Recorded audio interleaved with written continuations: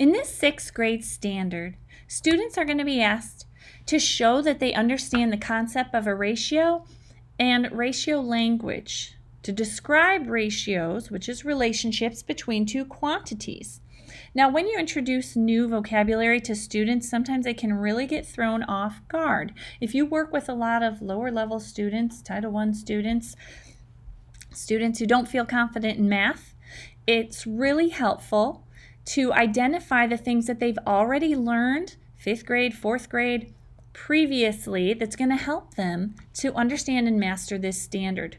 One thing I like to do is compare ratios to multiplication and division or fractions, because what students don't know is all the time they spent in 4th and 5th grade studying fractions, parts to wholes, groups of objects and different arrangements is a form of ratios. And so once they understand that they already know something about ratios, they're a little more open to learning something new.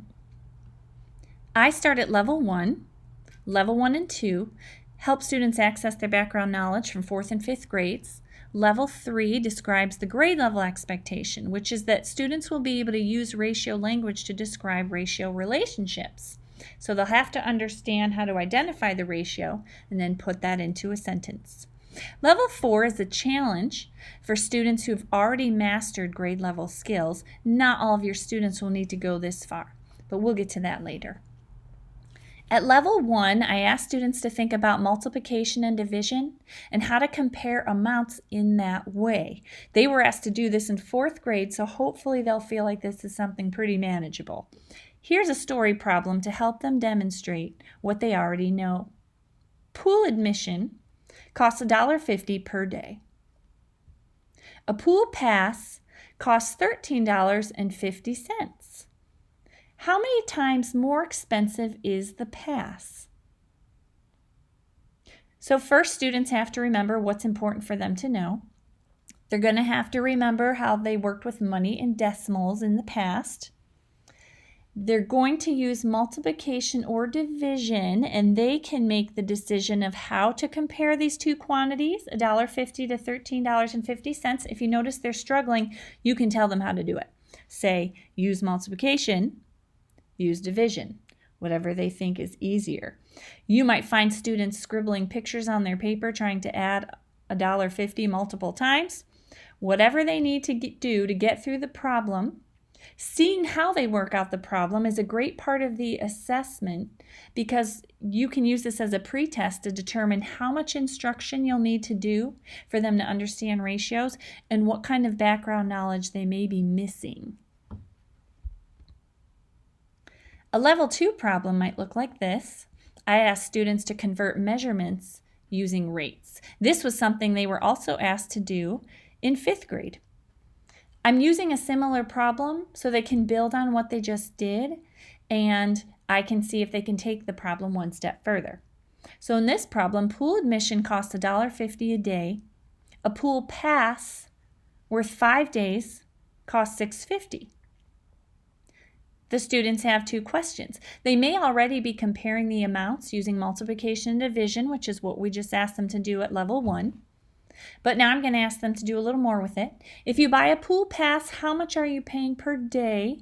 We know they'd want to use division to find that out, but they might work backwards and use multiplication. Which option is cheaper? So now they're comparing amounts and making an evaluation to answer a question with the information. Why is this a rate? You're going to want to make sure that your students know the difference between ratios, which is comparing two quantities, and rates. See if your students know what the key word is in the problem that identifies that they're finding a rate. There is a special secret word, a key word, that will tip them off that they're finding a rate. Per day. In 5th grade, students were introduced to the concept of rates, that they're comparing two quantities, but that the denominator is always one thing. So $1.50 for every 1 day, $6.50 for every 1 pass. So if the denominator's one item that's a rate. They may or may not remember that. So again, this could be a great pre-test to see exactly what vocabulary and details you will have to reteach to make sure that your students can describe a ratio and ratio language accurately at the 6th grade level. Here's an example of a problem that they would have to do in 6th grade to show mastery of the standard. There's 3 different kinds of chocolates in a box: milk chocolate, mint chocolate, and dark chocolate. There's different quantities of each one in one box. Boxes of chocolate candy come with the 3 flavors. A. Write one sentence describing the ratio of milk to dark chocolate. Write one sentence describing the ratio of mint to dark chocolate. Now, this is also a great pre-assessment to see if your students remember how to reduce fractions and ratios. You're going to want to make sure that they have done that in order to get a completely correct answer. If they don't, you'll know that's something else that you want to include in your instruction. Have them do this on a piece of paper. They can do it alone or with a partner, depending how much information you want for your planning, and have them turn it in. It'll be a quick way for you to assess how many students need some background instruction before they're ready to master this standard. Now, if you have students doing really well, there's a lot of fun ways that you can extend this standard. Have them create their own problems, have them create their own ratios, have them do more complicated ratios. In this problem, I'm using the same setup, but I'm going to ask my level 4 students to create a ratio table listing all of the possibilities. This is going to be a lot more thinking for them, and they're going to have to make sure that they're very thorough at finding all the possible combinations of comparison between the 3 kinds of chocolate and the total amount in each box. Because you can't have a real ratio without including parts and wholes. Oop, A. That should be B. Now create 3 more box sizes with different total amounts using the same ratios. So once your students reduce the ratios, all possible ratios in their table, they can use the same ratios to expand again and make different amounts. So they can't use 18, 12, and 9 again in the same combination, but they might think of a different combination with bigger boxes of chocolates. This could keep your gifted kids busy for a little while in a small group or on their own while you attend to the students who really need your attention in class. So I love planning this way.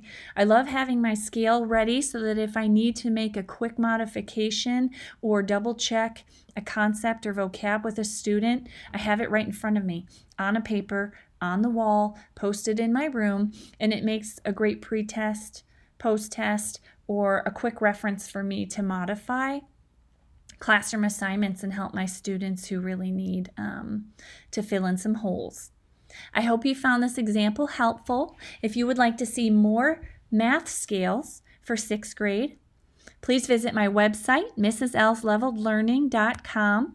I have a freebies tab where you can download examples of math and ELA scales and assessments that are already done for you. The assessments have problems attached to each level of the scale, just like our examples here, except many more, so that you can assess whether or not your students have mastered the grade level standard and which ones need some extra work. I hope you found this example helpful. I'd love to hear any comments or ideas you have. Questions or suggestions, criticisms are welcome too. And have a great year. Thank you for your time.